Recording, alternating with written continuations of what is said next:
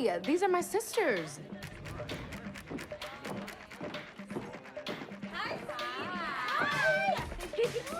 Hi. Ramona. I'm Gary. Gary, nice to meet you. Nice to meet you. Annabelle. Hi. Isn't he so cute? Yes. So Hi. cute. Hi. And Hi. Destiny. and his hair. Thank you. Can I have Oh, three yes, shots? Gary. You know who he looks like, don't you? He looks like Tom Cruise. No. I'm thinking more skinny, more chubby. No. It's your smile. It is. I thought a little It's really good. mini Bob It's Saget. really More sunny. Yeah, he's got a twinkle in his eye. know. Here we go, guys. Oh, is the wine yours? Yes, that's it. No, this is... Oh, okay, cool. All right. Shots, lady? Okay, yes. You guys are sisters? Yes, same dad, different moms. Sisters. Sisters. Two sisters. In a world overflowing with movies, we need a hero. Someone to separate the bad from the good.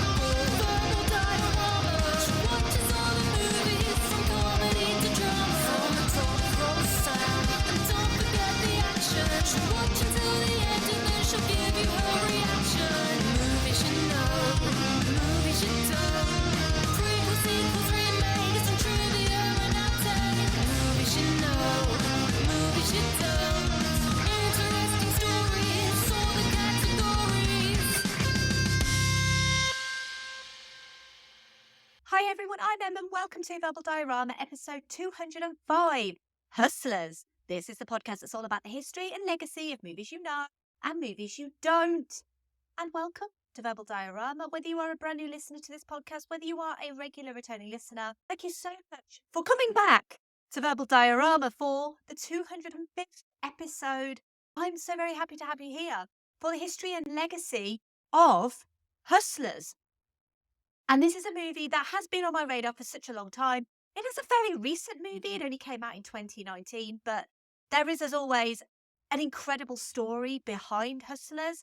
And it is, again, based on a true story, if you weren't aware. I mean, you probably would have been if you'd seen the movie because it's set up like it's based on a true story. But there are some differences between the story that we got on screen and the story in real life. But, as always, I'd like to thank you all for being here, but I also like to thank you all for listening to previous episodes of this podcast. If you did listen, if you didn't, that's absolutely fine. But the last couple of episodes just had such a wonderful reception. And they were Gentlemen Prefer Blondes and Hidden Figures. I wanted to focus on women in film this month. So I've chosen Gentlemen Prefer Blondes, Hidden Figures, and now Hustlers to give you a really diverse look at women in film. And Hustlers is kind of a bit of an exception as well, because not only were there women on screen, there were also an incredible group of women behind the scenes getting Hustlers made, pretty similarly to Hidden Figures, actually. But as always, I'm always floored by the reception that these episodes get, and the reception this podcast gets, actually.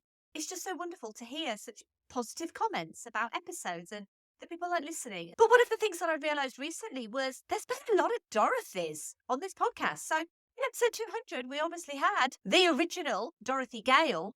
In Gentlemen Prefer Blondes, we had Dorothy Shaw. And in Hidden Figures, we had Dorothy Vaughan.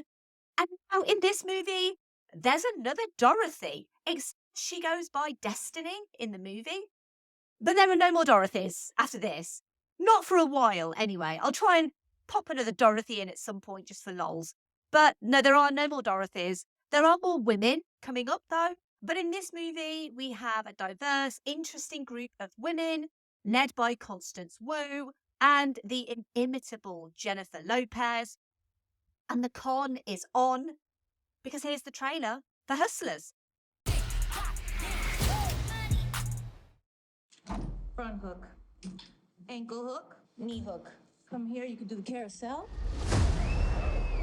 Just switch and wrap.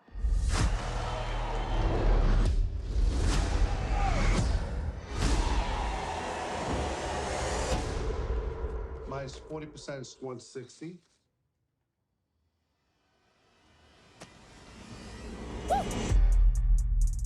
I just want to take care of my grandma, maybe go shopping every once in a while. When I was a kid, I always wanted to work with animals. I was close. Shake a little ass, you get a little bag. These Wall Street guys. You see what they did to this country? They stole from everybody. Hardworking people lost everything. And not one of these douchebags went to jail. The game is rigged, and it does not reward people who play by the rules. It's like robbing a bank, except you get the keys. Are you in? I got I need a crack shit. I need a drink for my life. These are my coworkers. Jobs, please. What if somebody calls the cops? And says what? I spent $5,000 at a strip club, send help. Damn. We're a family now. Damn. A family with money. Damn. And when would you say that things got out of control? Past the mirror. Ooh. Kill my style. Please help! This is my husband!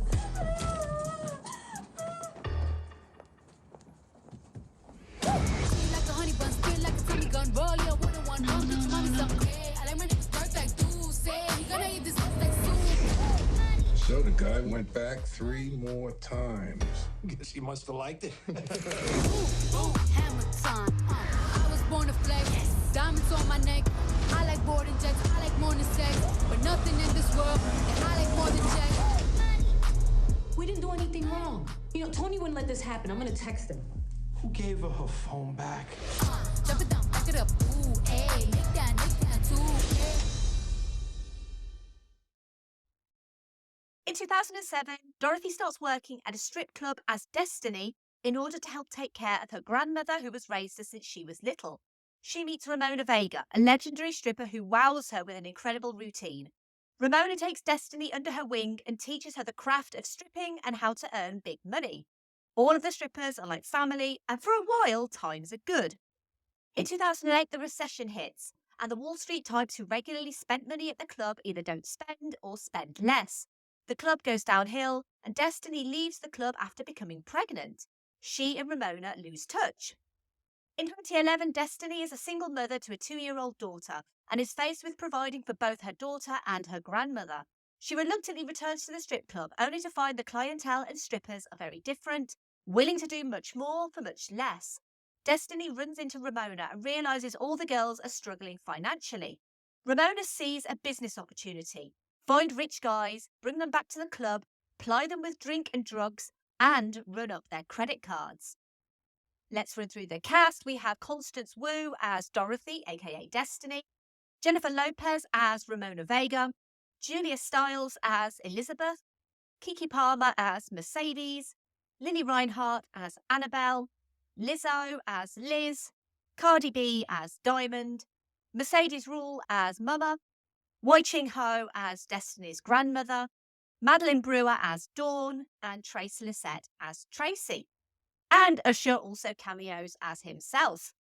Hustlers has a screenplay by Lorene Scafaria, is based on The Hustlers at Scores by Jessica Pressler, published in the New York Magazine, and was directed by Lorene Scafaria. And Hustlers, as I said, just like Hidden Figures, is also based on a remarkable true story of female ingenuity and tenacity. The difference being that automatically strippers immediately get a bad rap purely for being strippers.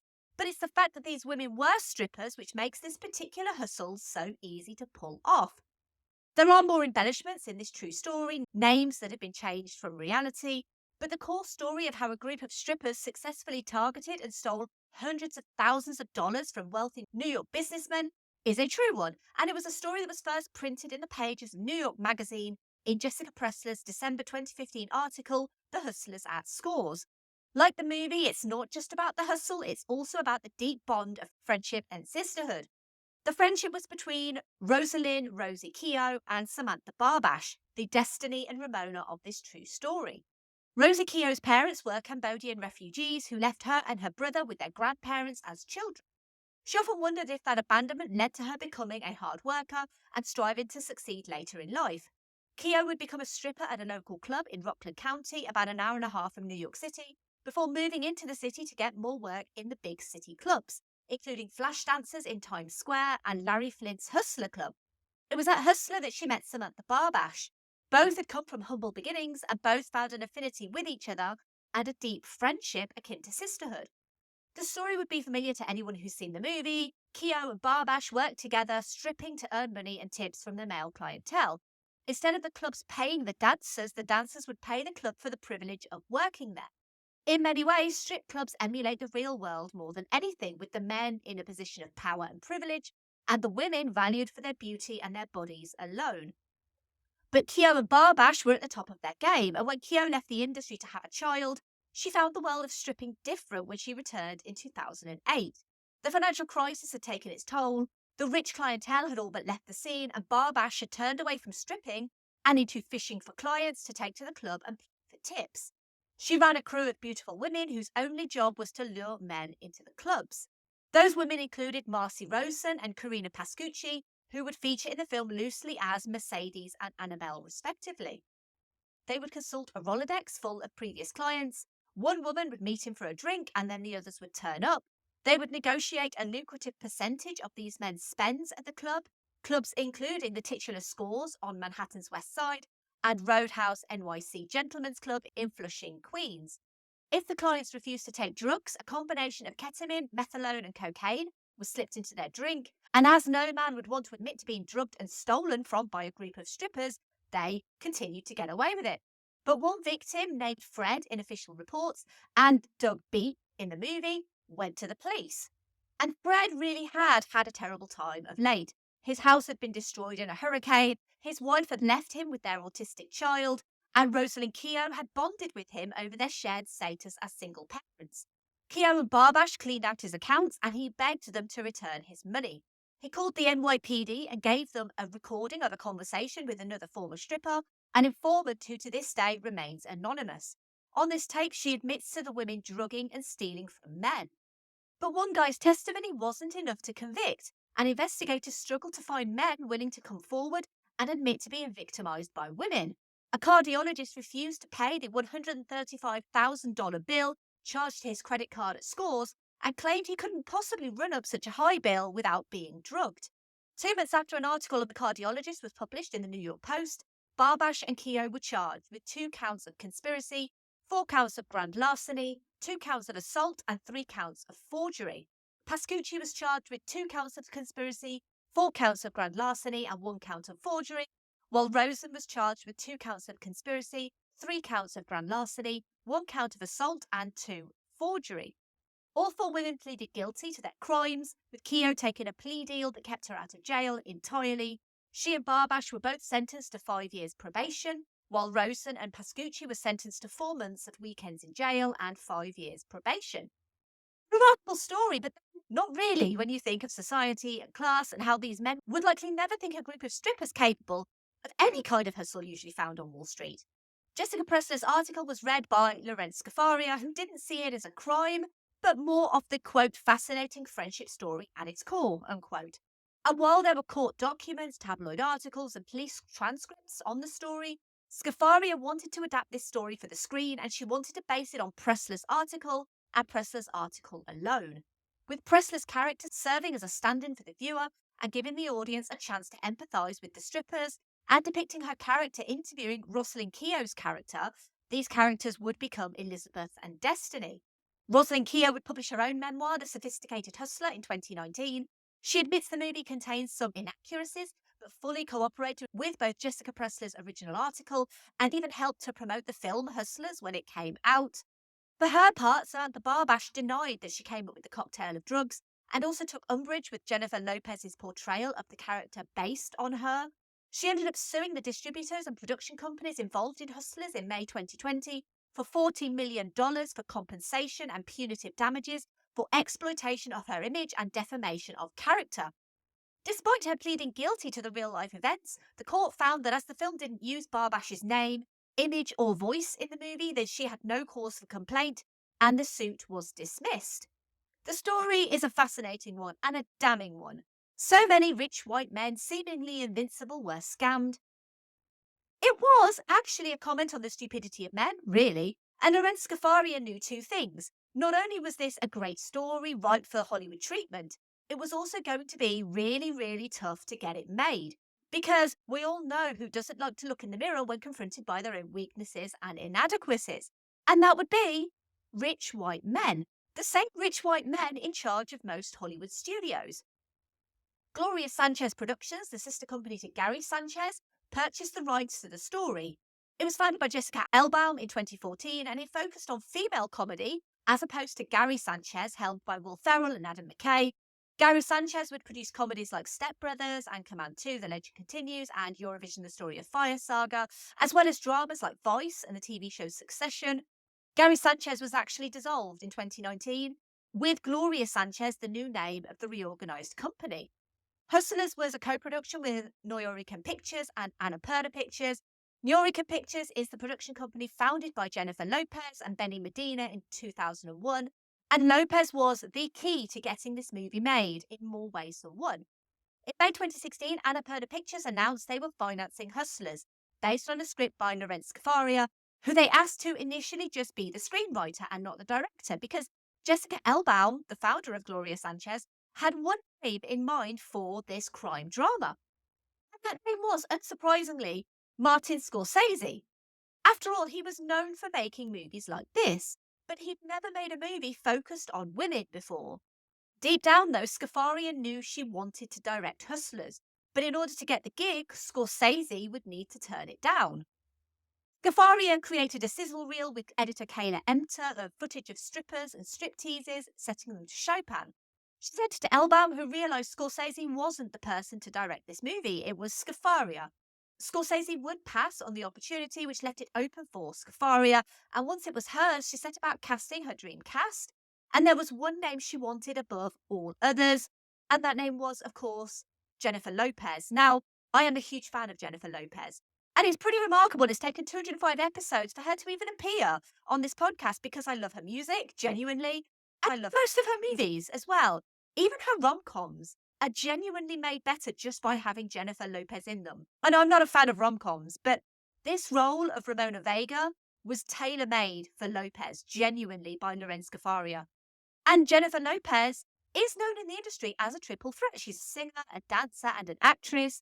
She started out as a dancer, her first well-known part as a fly girl in Living Colour, and she had a few small movie roles before hitting the big time with her lead role in Selena in 1997. Then came one of her best roles in 1998, Out of Sight with George Clooney, which is a great movie, by the way. And then she launched her music career in 1999. So Jennifer Lopez has been in the business for decades by this point. So they sent the script to Jennifer Lopez and basically prayed that she would accept. Scafaria met with Lopez at our home in January 2018, and a deal was agreed for Lopez to star and produce. It was Lopez who persuaded Cardi B to join the movie, because Cardi B had been a stripper, and just like the women in the movie, she saw stripping as a positive experience. She escaped poverty, domestic violence, and put herself through school by stripping. And Lopez wouldn't take no for an answer, and having Cardi on set, but she also acted as technically a stripping consultant. Not that she was on set a lot. She and Lizzo completed their filming in just one day due to hectic tour schedules and the like. But just the mere fact that both Cardi B and Lizzo are in this movie did garner some positive press. Also a huge fan of Lizzo, by the way. Love that woman. Constance Wu, who'd received praise for her starring role in Crazy Rich Asians, but was mostly known as the mother in the comedy series Fresh Off the Boat, received the script from her agent and knew that she would be the perfect Destiny, but she'd never played anyone like Destiny before. She was still working on Fresh Off the Boat at the time, but wanted the role so badly she worked on both Fresh Off the Boat during the week and Hustlers at the weekend. Like everyone else in the cast, Wu agreed to a lower paycheck than normal to ensure that the movie was made.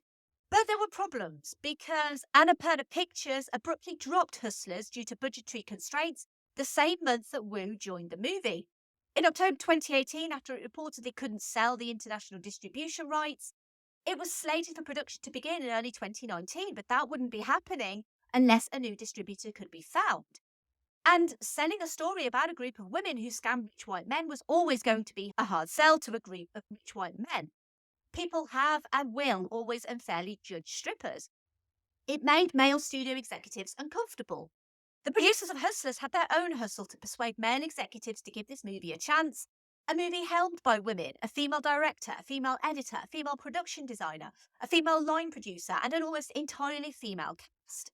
STX Entertainment stepped up through their association with Jennifer Lopez and acquired the distribution rights, and once STX were on board, the production then ramped up very quickly, with Scafaria doing another draft of the script ready for December 2018.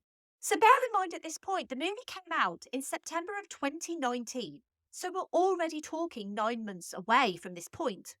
Cardi B, Lily Reinhart, Keke Palmer, Julia Stiles and Mercedes Ruehl didn't join the cast until March 2019. Lizzo joined in April 2019. Usher in May 2019. And in the meantime, Constance Wu had been training. She installed a pole in her living room. She took private pole dancing lessons and became friends with strippers. She spent her Christmas Eve of 2018 in a strip club. And in order to prepare for Ramona's introductory solo pole dance routine, and without professional stand-in, Jennifer Lopez started pole dancing training with professional dancer and choreographer Joanna Sapaki 2.5 months prior to the start of filming. Lopez and her then fiancé Alex Rodriguez also visited a strip club and went backstage to meet the strippers, talk to them about their careers, and realised that most of them were just typical wives and mothers, providing for their kids' education or their own education. And just like you might use a hammer to build a chair, these women were using their own tools, their bodies. It didn't make them any less of a valued member of society, just like anyone who chooses to undertake any sort of strip work or sex work or OnlyFans or escorts. Society tells us we should treat these women differently, but really, they're just women doing jobs. And it's this judgment that the society has against these women that gives the men in suits, the Wall Street types, the confidence that these women couldn't, in fact, have the power necessary to do something like this. And this movie was never going to work unless the dancing actually looked authentic. And Jennifer Lopez, obviously, she started out as a dancer. She has a dancer's body. She's incredibly fit and toned. But she realised very quickly that pole dancing was nothing like she'd ever experienced before. Her introductory dance scene was shot like a stunt with 3 cameras. It was Lopez's idea to dance to Fiona Apple's Criminal, which had never been licensed for a film before. Of course, Apple said yes to Jennifer Lopez because everyone says yes to Jennifer Lopez. Even Verbal Diorama says yes to Jennifer Lopez. Lopez stripped in the club in front of 250 extras, assisted by Jacqueline Francis, a stripper who consulted on the film and worked as a comfort consultant. She would tell the actors things like, when in doubt, touch yourself, touch your boobs, touch your leg, touch your butt, play with your hair, touch your body, and that slow is sexy. It gave the actors even more respect for the women in the strip club because not only were they gorgeous, they could dance, they could act, they were also technically athletes. And with this being a team of women, everyone cheered everyone else on. The chemistry on screen also happened off screen. Jacqueline Francis, aka Jack the Stripper, would say, quote, I felt so respected for my opinion and my expertise, coming from my background where sex work is stigmatised and considered not real work, and that we're disposable and the violence against us is acceptable. It's really important to have compassionate and authentic representation of sex workers in mainstream media, and the only way that's going to be achieved is by hiring sex workers to play the parts and to consult on these films, unquote. Consent was a big part of this production, and while Constance Wu wasn't happy to go nude personally, others were fine with it. This is a movie that toys with the male gaze, but it's also done with the full consent of women working behind the scenes. Hustler's principal photography lasted just 29 days, started on the 22nd of March 2019 in New York City. The production finished on the 3rd of May. Additional scenes were filmed in New Rochelle, White Plains and the Palisades Centre, all to the north of the city. The production company for Hustlers rented out Show Palace in Long Island for 5 days in April 2019. According to the people who worked there, 3 employees, 2 dancers and a manager were cast in the film. Dancers who weren't hired by the production were unable to work during those days, which meant these dancers couldn't work during the 5-day period. And they weren't compensated by the production or Show Palace, likely losing out on about $2,000 to $4,000. Obviously, strippers don't tend to have a union or workers' rights, but with many dancers unable to work at the clubs, many took a financial hit by the filming, regardless of the fact it was exciting to have their club featured. Lorene Scafaria did encourage people to visit Show Palace in an Instagram post and did apologise for the lack of financial compensation. And as I say, scheduling kind of started to get tricky when you have such a small window of opportunity to make a movie, only 29 days, but you've also got people like Cardi B on tour, Lizzo on tour, Lopez about to go on tour. Lily Reinhart was filming Riverdale's 3rd season, and she would fly back and forth from Canada multiple times in 1 week. Every day was a white-knuckle race against the sun or the clock or reality, said Scafaria. Hustlers costume designer Mitchell Travers designed the costumes for Jennifer Lopez to showcase the strength and muscle tone she amassed during her pre-Hustlers training. And this was without running afoul of the film's planned R rating. He dreamed up the diamond bodysuit that she wore during her initial dance, which was simply connected by 3 straps. He also used the clothing to depict relationships and the relationships to wealth and status. The fur coat belonging to Ramona, which was unfortunately a real fur, which the production rented, signified the protection that Ramona offered. Ramona then buying Destiny her own fur signifies a symbolic passing of the torch and an acknowledgement of Ramona's feelings towards Destiny as her second in command. Travers deliberately wanted top-stitched jeans, chain belts, bracelets and heavy jewellery to show the trends of fashion in the early 2000s. And as their wealth accumulates, so does their spending, going from designer clothing and handbags to taking care of each other, providing for their extended hustler family. Travers used paparazzi photos of Tina Tequila and Snooki as references for their outfits for when they're finally busted. And even Destiny's outfit she wears while she's being interviewed by Elizabeth is meant to show her demure innocence, despite basically everything that she's saying and the fact that she was convicted of all of these crimes. Speaking of demure innocence, let's segue into the obligatory Keanu reference of this episode. So this is a part of the podcast where I'm trying to link the movie that I'm featuring with Keanu Reeves. Now, I can't imagine that Keanu's been to a strip club, but if he has, I bet he was incredibly respectful to all the women in the club. That's not the reference, but I can just imagine him very respectfully putting, like, I don't know, a $20 bill in somebody's G-string, but very respectfully. I really wanted to link him to Jennifer Lopez in some way because I don't love Jennifer Lopez as much as Keanu, because I don't think that's possible. But Jennifer Lopez is an absolute queen. But the only thing I could find that linked the two together was the fact they presented an award at the 1999 MTV Movie Awards together. And it's really cute, actually, because obviously Jennifer Lopez doesn't age, and neither does Keanu Reeves. So they look exactly the same as they look now, but apparently in 1999. And if you are a millennial, like myself, the music for Hustlers will be a thing of beauty just generally. Because Hustlers doesn't actually have a score. It uses pop, R&B, dance music of the late 1990s, early 2000s to essentially tell its story. It also uses some classic Frédéric Chopin too. Lorene Scafaria saw the movie as a musical, with most of the music choices from the likes of Janet Jackson, Lorde and Britney Spears written into the script. They shot to songs they didn't know if they'd get the rights to or not, and the movie deliberately doesn't feature any songs by Jennifer Lopez, Lizzo or Cardi B because that opens up a weird discussion about paradoxes, and this is a crime drama. You're not supposed to be asking questions about Ramona being Jennifer Lopez and Jennifer Lopez having her music. It's not a movie that needs to make you think in that way. But one of the cool things that this movie does do with sound is you'll notice that certain names are bleeped out. Certain parts are completely silent, such as when Destiny stops Elizabeth recording, the movie is totally silent. It's a really clever narrative device, actually, because it makes you think that this movie is trying to tell us that it is based on a true story and that if the recording device is switched off, then you can't hear what's being said. Even before its release, buzz started in earnest for Hustlers as a non-franchise, adult-driven drama focusing on and made by women. Rave pre-release reviews certainly helped, but the focus was primarily on Jennifer Lopez, as well as the involvement of Cardi B and Lizzo.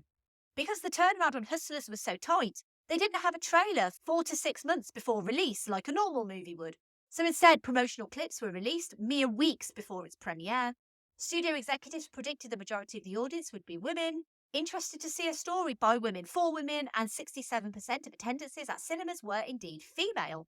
Of course, it helps that J-Lo has 100 million followers on Instagram, Cardi B has 50 million, and Lily Reinhardt has 19 million. Social media was a huge influence on getting the word out about Hustlers. Hustlers' world premiere was at the Toronto International Film Festival on the 7th of September 2019, and it was theatrically released in the US on the 13th of September 2019. It opened at second at the box office, behind It Chapter 2. It was the best opening of Jennifer Lopez's career. On a $20 million budget, with the reported $38 million promotional budget on top, Hustlers grossed $105 million in the US and $52.6 million internationally for a total worldwide gross of $157.6 million. Deadline calculated a net profit of $49 million after expenses and revenues. And with a rating of 87% on Rotten Tomatoes, critics lavished praise on the cast, but mostly on Lopez, saying her performance was a career best. Critics also praised the emotional depth, well-rounded characters, and empowering story. A story that focused on the relationships between women and not just, ooh, women taking their clothes off.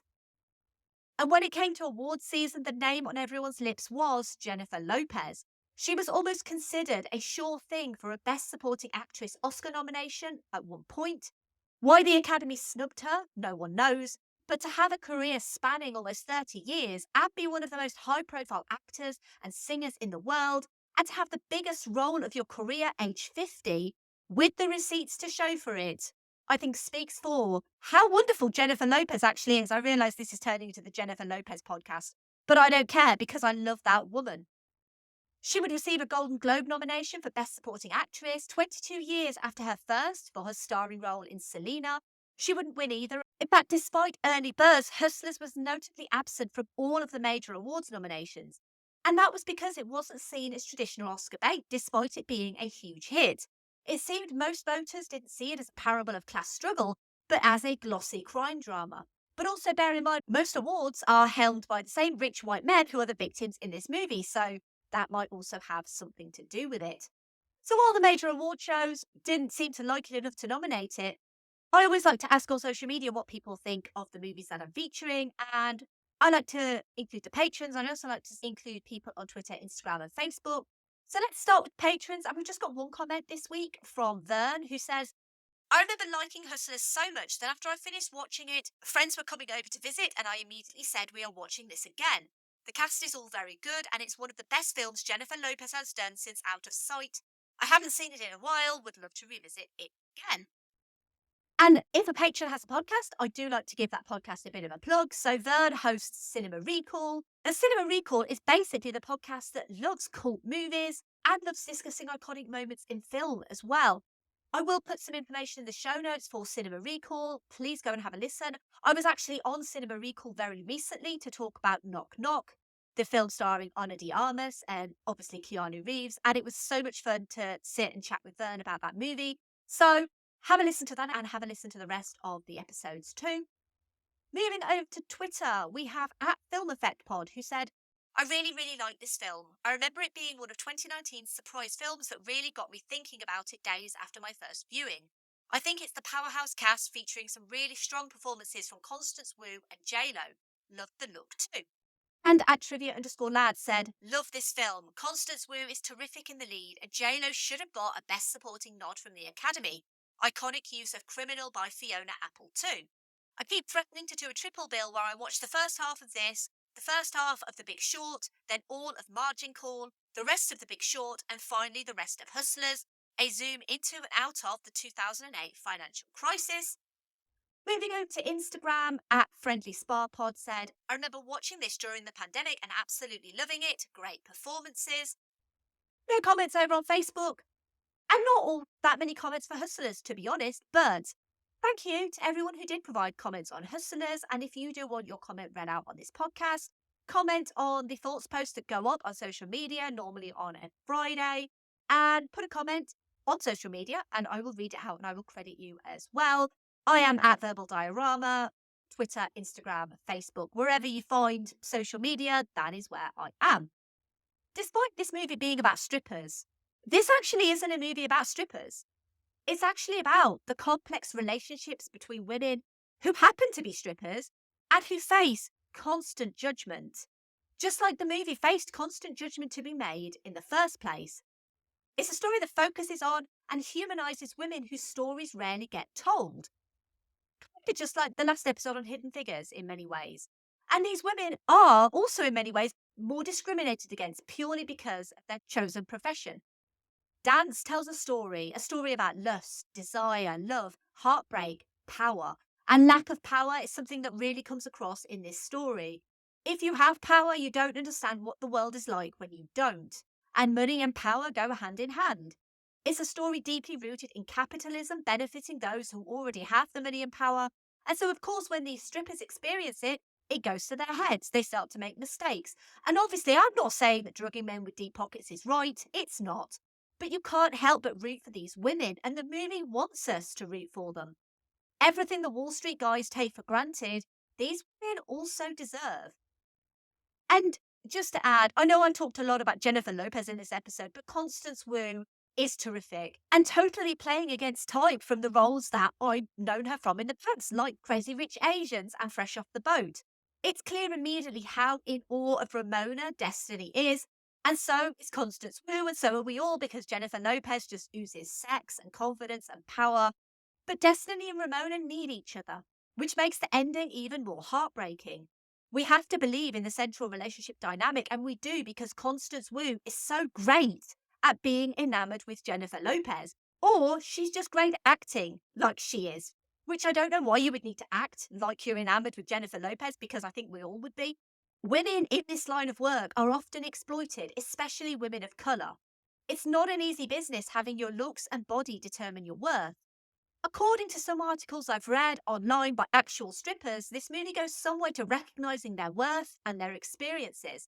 And that if a woman walks away from this movie wanting to be a stripper, that perhaps they've not been paying attention. This is not easy work. But it, like to be honest, any type of sex work is work. Providing for yourself or your family isn't shameful, but stealing from rich white guys actually kinda is. The hashtag stripper and associated terms, which dancers often use to network, support causes, or advertise, was recently banned by Instagram. And despite the lifting of the restriction on all hashtags, sex workers are alleging that their social media accounts are being removed, potentially as a result of the contentious sex trafficking law, Foster-Sester, which makes websites criminally responsible for users' content. Dancers will lose the means by which they may defend their autonomy without their platforms. After the restriction, Jacqueline Francis moved to social media to denounce the widespread censorship of the sector and the gender differences at work, because the hashtag male stripper remained uncensored. And while outrage was expressed when stripper hashtags were banned, stigma against sex workers always operates as a way of controlling and policing women's behaviour. Shadow banning strippers isn't the answer. And maybe if a movie like Hustlers can destigmatise strip work, as well as be based on a true story, that real change could be on the way. Because as Ramona says, the whole country is a strip club. You have people tossing the money and people doing the dance. Thank you for listening. As always, I would love to hear your thoughts on Hustlers. And if you do want to help and get involved and help this podcast grow, just by listening, you are doing that. But if you also want to recommend this podcast to a friend or family member, that would also help as well. You can also leave a rating or review wherever you found this podcast. And you can also find me on social media at Verbal Diorama. And you can retweet or like posts wherever you find me on social media. And if you did like this episode on Hustlers, I wanted to recommend the previous episode if you've not listened. It is a totally different subject matter because it's about African-American mathematicians in NASA in the 60s. But again, it's based on a true story. True stories are something that I want to do more of on this podcast. And I also do want to focus more on people of colour on this podcast because, as I said in the episode on Hidden Figures, it's very clear that I've not focused on the stories of people of colour enough to be able to recommend movies that I've done in Hidden Figures. So I would very much like it if you've not seen Hidden Figures, if you've not listened to the episode on Hidden Figures, it is episode 204. Please watch Hidden Figures and please listen to that episode because it is an incredible true story, just like this one. As always, give me feedback on my episode recommendations. And the next episode, I'm not even going to introduce it. I'm just going to play a clip. I'm sexy, I'm cute, I'm popular to boot. I'm bitchin', great hair, the boys all love to stare. I'm wanted, I'm hot, I'm everything you're not. I'm pretty, I'm cool, I dominate the school. Who am I? Just guess. Guys wanna touch my chest. I'm rockin', I smile, and many think I'm vile. I'm flying, I jump, you can't look but don't you hump. Woo, I'm major, I roar, I swear I'm not a whore. We cheer and we lead, we act like we're on speed. Hate us 'cause we're beautiful, well we don't like you either. And so hopefully you now know what's coming next. And if you don't, for episode 205, I am going to be doing the classic Bring It On. And this is a movie that I've wanted to talk about for such a long time. I adore Bring It On. Again, more women, but we're going to be focusing on teen comedy. Early 2000s teen comedies were often a bit duff, but Bring It On was so fantastic. It spawned like 100 sequels. But the first movie genuinely is terrific, and I'm so excited to be talking about that next. And just by listening to this podcast, you are supporting this podcast. But if you want to sign up to support the show financially, you can do so at verbaldiorama.com/Patreon. And as always, thank you to the wonderful patrons, to Simon E, Sade, Claudia, Simon B, Laurel, Derek, Vern, Kat, Andy, Mike, Luke, Michael, Scott, Brendan, Ian, Lisa, Sam, Jack, Dave, Chris, Stuart, Sunny, Drew, Nicholas, Zoe, Kev, Pete, Heather, Danny, Ali, Tyler, Stu, Brett, and Philip. I'm not going to suggest that Verbal Diorama dances on a pole for their Patreon money, but Verbal Diorama does virtually dance on a pole for their Patreon money. I also have a merch store. It's verbaldiorama.com/merch. New merch is coming, I promise. The designs are being finalised as we speak, and they are wonderful, and I'm very proud. You can get in touch with me, verbaldiorama@gmail.com or over at verbaldiorama.com. And you can also find my work at filmstories.co.uk as well. And finally, You just have to make their eyes move just 1 inch. Come here. Let me over tell here. you something. Show okay? her. Okay. Watch and learn. You know Show what I'm Mom. saying? You sit there, you drain the clock and not the motherfucking. You know what I'm saying? And you just go slow right there. And you Slow. look at them. Super slow. Uh-huh. Slower. A little slower. Slower. Sexier. Yes. And look back at it. Ooh. Oh, yeah, they love that. The slower, the better. Like a motherfucking sloth. Oh, that's $20 Slow. right there. Remember, drain the clock, not the The clock, not the Come on now, you look like you taking the shit. tonight. She got it. Yeah, We're I gonna am. make some money tonight. Come on, Let's let's go. go. bye. Movies you know, movies you don't. Prequels, sequels, remakes, and trivia and updates. Movies you know, movies you don't. Interesting stories for the categories. Together, we can make a difference. That's been the sign off for everything Livestream for the Cure related ever since the event began back in 2017. Hello everyone, my name is Nick and I am the host of the Livestream for the Cure, an annual charity event to raise money for the Cancer Research Institute for immunotherapy research for a world immune to cancer. And over the past 6 years, we've made that difference together. Amazing listeners, amazing viewers, amazing podcast partners and content creators all coming together, and we've raised over $70,000. But this year, we're going to make our biggest difference to date, and we're going to raise $25,000 for the Cancer Research Institute. Tune into the event at twitch.tv/livestreamforthecure starting May 18th, as we're joined again by podcast partners and content creators from around the world to help the Cancer Research Institute crush cancer. Together, we will make a difference.